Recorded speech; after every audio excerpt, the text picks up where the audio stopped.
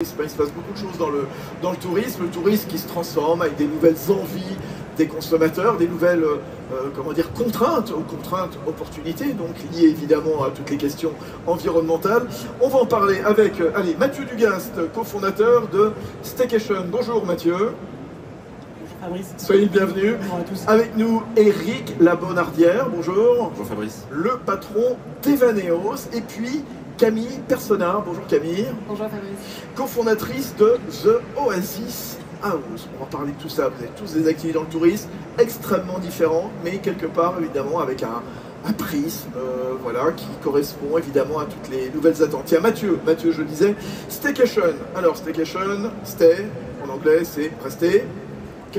Vacation, vacances, voilà, ce sont des vacances chez soi. Bon, une fois qu'on a dit ça, c'est pas très glamour, parce que finalement on n'a pas forcément envie de passer des vacances chez soi, sauf que voilà, il y a de plus en plus d'envie de prendre des vacances, pas très loin. Qu'est-ce que vous proposez Staycation? Parce que l'idée c'est pas de passer des vacances dans son salon qu'on connaît tout au long de l'année, bien sûr. Bien sûr. En fait, Staycation, notre mission de base, c'est de permettre à chacun de s'évader facilement de son quotidien. Et pour ça, on a créé une plateforme en fait qui recense 1500 expériences dans les plus beaux hôtels près de vous, avec à chaque fois une expérience clé en main, activité, petit déjeuner, nuitée, dans lesquelles vous pouvez vous évader en quelques clics, sans avoir à se prendre la tête sur tiens, qu'est-ce que je dois faire ce week-end, où est-ce que je dois partir, je dois prendre un billet de train, mince, les billets de train sont trop chers. En fait, ce qu'on cherche à faire avec Staycation, c'est pas forcément de remplacer le voyage ou remplacer l'évasion lointaine, c'est vraiment d'essayer de mettre un peu d'évasion dans le quotidien. D'essayer d'entrecouper la routine par des petits moments d'expérience, d'aventure. Alors, on part, je disais, pas dans son salon, mais pas très loin de chez soi, pour des mini-vacances, donc dans par exemple, les plus beaux hôtels de luxe de la ville, un palace emblématique, par exemple, avec une piscine ou avec un rooftop, par exemple, un restaurant gastronomique, voilà, et vous avez constituer tout un réseau d'hôtels partenaires des 4, des 5 étoiles. Exactement, on travaille avec une sélection d'hôtels vraiment triés sur le volet. L'intention, c'est vraiment de ne pas vendre des chambres. On n'est pas là pour vendre une nuit, on est là pour vendre un moment dans la vie des gens. Vous faites pas booking, voilà. Exactement, voilà. C'est pour ça qu'on cherche vraiment des lieux dans lesquels on va pouvoir soit utiliser des expériences qui existent, vous l'avez cité, des piscines, des restaurants gastronomiques, et parfois aussi ça nous arrive de créer avec l'hôtel une expérience ad hoc. On va faire venir un cours de yoga, on va essayer de le connecter à peut-être un cinéma du quartier. On va vraiment essayer à chaque fois de se dire mais qu'est-ce qui fait que l'expérience est unique? Qu'est-ce qui fait que je vais confier mon week-end, mon samedi, mon dimanche à Staycation? Et puis depuis très peu maintenant, on permet aussi de faire un Staycation plus court, sans la nuitée en fait, de quelques heures, réserver un spa, simplement se faire un brunch et un spa en journée par exemple.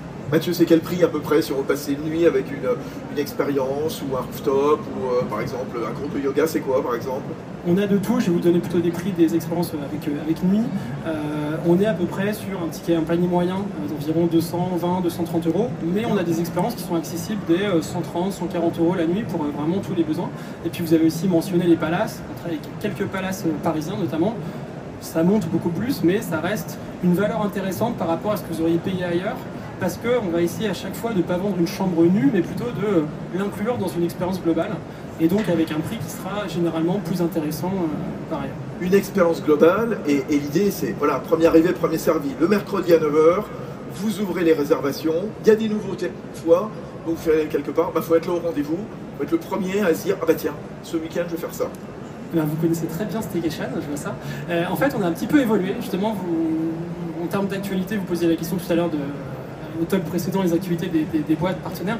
En fait, on cherche depuis maintenant plusieurs mois à sortir de ce modèle très last minute, ouverture des ventes mercredi 9 h, parce que au début c'était important pour rentrer sur le marché, et là je parle à tous les gens qui veulent devenir entrepreneurs ou qui le sont déjà, il y a toujours ce truc de comment je rentre sur mon marché, quoi. Et en fait, au tout début de Staycation, on n'était que sur le dimanche, parce que c'est le jour sur lequel les hôtels étaient prêts à nous confier leur disponibilité, alors qu'on était une toute petite boîte. Et petit à petit, on a ouvert, on est allé sur le reste de la semaine, le week-end. Et maintenant, on fait vraiment un chemin vers comment est-ce qu'on rend Staycation encore plus universel, comment on sort du mercredi 9 h, comment on a de la disponibilité sur 2 mois à l'avance. Une nuit, on peut même réserver un peu 2 nuits. Donc voilà, on essaye de faire que Staycation puisse rentrer vraiment dans les mœurs. Aujourd'hui, les gens disent je fais un Staycation, ils disent pas je vais à l'hôtel. Et notre ambition, c'est qu'on aille encore un plus loin et qu'on se dise demain le Staycation, ça rentre dans le dictionnaire parce que c'est ça devient une pratique comme une autre, comme aller au resto ou aller dans un spectacle, quoi. Et puis pour les hôtels, vous leur rendez un sacré service aussi, quelque part, parce que c'est une façon aussi de capter une entreprise locale, une clientèle locale qui ne verrait jamais ces hôtels. Exactement, en fait, les crises qu'on a traversées ces 10 dernières années, alors là on a les JO, ça va être génial, il va y avoir du monde, mais on a quand même traversé le Covid, les attentats, enfin énormément de choses, et les hôtels se sont rendus compte qu'ils ne pouvaient plus miser uniquement sur les voyageurs d'affaires, les voyageurs touristes. Chinois, etc. Chinois, ils ne sont pas encore tous revenus, donc ils se sont rendus compte de l'intérêt d'avoir une clientèle locale, pérenne, qui est toujours là. Et c'est une clientèle qu'on leur apporte. C'est des gens qui passaient tous les jours devant les portes des hôtels sans savoir ce qui s'y passait, qui n'auraient jamais eu l'idée de pousser la porte. Et c'est une clientèle en plus qui fait de l'hôtel sa destination. C'est-à-dire qu'il y a un Chinois qui vient à Paris, il vient soit pour une réunion, soit pour voir la Tour Eiffel, mais l'hôtel, au final, il ne passe pas tant de temps que ça. Le client staycation vient dans l'hôtel, il veut voir tout l'hôtel, il consomme plus dans l'hôtel. Donc c'est vertueux pour l'hôtel. Et ils consomment de l'hôtel, et puis accessoirement, ce qu'on fait jamais, nous, forcément, les Parisiens, d'aller visiter un musée, d'aller visiter un quartier, de vivre clairement la vie d'un touriste qui vient à Paris, ce qu'on ne fait jamais, évidemment. La boîte, elle naît en 2017, vous étiez déjà dans le tourisme ou pas, Mathieu? Pas du tout, on n'est pas du tout de l'industrie, on la voyait se transformer de loin, on voyait des choses se passer. Au départ, en fait, tout est né d'un constat, on voyait les hôtels, certains hôtels, une petite génération d'hôtels se transformer. Peut-être au contact de l'économie du partage qui commençait à vraiment les concurrencer, ils se sont rendus compte qu'il fallait devenir des lieux de vie, des lieux d'expérience. Donc on voyait des hôtels un peu hybrides entre c'est un bar, c'est un resto, c'est un hôtel, on ne sait plus trop. Par exemple, MK2 a lancé un hôtel, bien sûr, des salles de ciné avec on des peut chambres voir des films dans la chambre. Des films dans sa chambre, ça c'est un de nos partenaires. Et en fait, on voyait cette espèce d'ébullition sur l'industrie hôtelière. On s'est dit, tiens, si on crée un site qui répertoriait toutes ces initiatives à travers le monde. Donc c'était un énorme flop. On s'est planté, on parlait de l'échec tout à l'heure, on s'est planté complètement. Mais en parlant avec les hôteliers, on s'est rendu compte qu'ils avaient d'autres besoins. Et c'est là où on a eu l'idée de combler ces besoins de remplissage, de revenus, avec une nouvelle clientèle qui ne touchait pas, qui sont les locaux. Donc Staycation, en fait, c'est un pivot qu'on a lancé de manière assez modeste, mais à la base, c'est un pivot. Paris, Lille, Bordeaux, Strasbourg, Bruxelles, voilà, puis continuer évidemment de vous étendre un petit peu partout. Camille Persona, vous proposez non pas des nuits d'hôtel avec expérience, vous proposez pour des entreprises ou des événements des belles maisons privatisables. On y va en groupe, hein. Voilà. Là, on n'y va pas en individuel ou avec son fiancé, sa fiancée, son mari, sa femme, peu importe. Non, on y va en groupe. Ça, c'est assumé dès le départ, hein. Exactement, l'objectif c'est vraiment de rassembler les gens, et donc The Oasis House, c'est une collection de maisons de campagne à destination d'équipes d'entreprises, de séminaires, de séjours d'équipe en semaine, et on peut aussi privatiser les maisons le week-end pour des bandes d'amis, des familles, des petits événements. Donc on a vraiment les deux cibles, et c'est né du constat que depuis le Covid, il y a un vrai besoin de se rassembler en équipe sur un format différent de l'offre de séminaire actuelle, plus flexible, plus convivial, plus simple. Pourquoi plus flexible? Parce que c'est tous les avantages d'une maison louée en location saisonnière, mais avec une vraie expérience sur mesure, parce qu'on met aussi à disposition des activités pour nos clients, enfin, c'est vraiment clé en main pour s'adapter au mieux à leurs objectifs. Et dans les maisons The Oasis House, on a vraiment pensé les espaces pour répondre aux demandes justement de travail avec des super infrastructures de travail. On a bien sûr la fibre, mais de quoi travailler de manière formelle et informelle, si vous voulez, animer une session de travail au coin du feu ou dans le jardin. Ou à la piscine. Exactement. Voilà. Et on a aussi de quoi vous détendre, profiter de moments ensemble, de créer des vrais souvenirs, des moments de vie.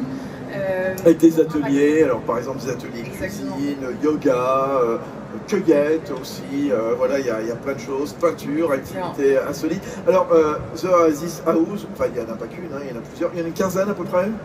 Alors là aujourd'hui on a 2 maisons achetées ouvertes, la deuxième ouvre dans 2 semaines, on en a 2 autres. Il y a la prairie et la source. Exactement.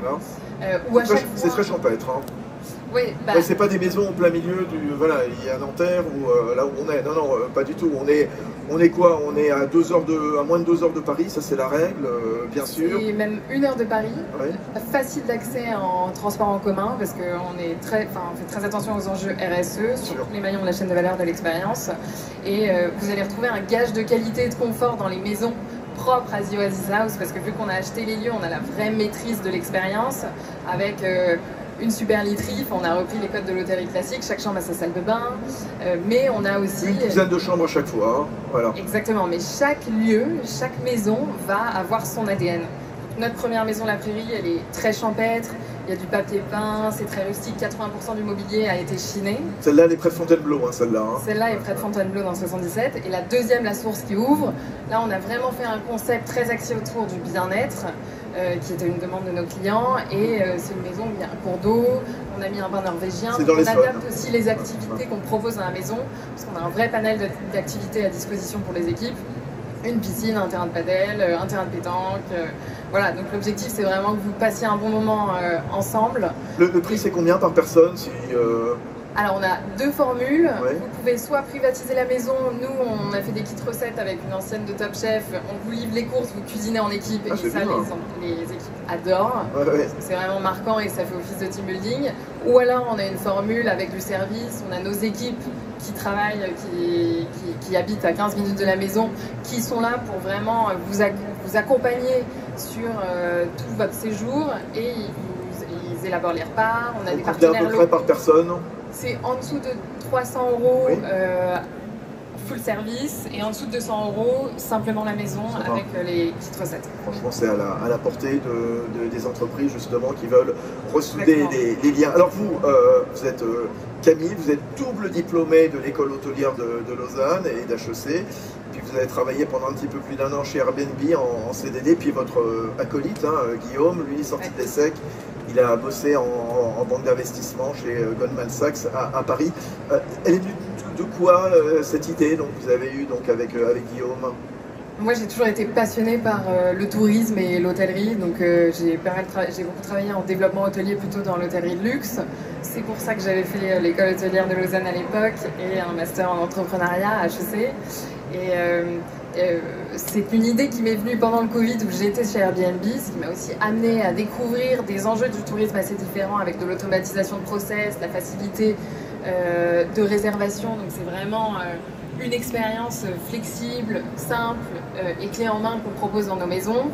Et j'ai fait un voyage, voilà, le 100% remote chez Airbnb m'a permis de travailler de l'autre bout du monde, du Brésil. Et c'est là-bas que je me suis rendu compte qu'en fait, j'étais super épanouie. J'allais faire 3 heures de sport par jour, 3 heures de kite parce que je suis passionnée de kite. Et j'étais super productive sur mes moments de travail par ailleurs. Et donc c'est vraiment ça qu'on a créé chez The Oasis House, une expérience où vous allez vous ressourcer, prendre du recul sur le quotidien, casser les barrières hiérarchiques aussi que vous pouvez avoir avec votre équipe pour être d'autant plus productif sur les moments de travail et repartir de nos séjours plein de souvenirs, hyper reboostés, motivés, voilà. Éric Labonardière, alors c'est une entreprise un peu plus ancienne, 2009.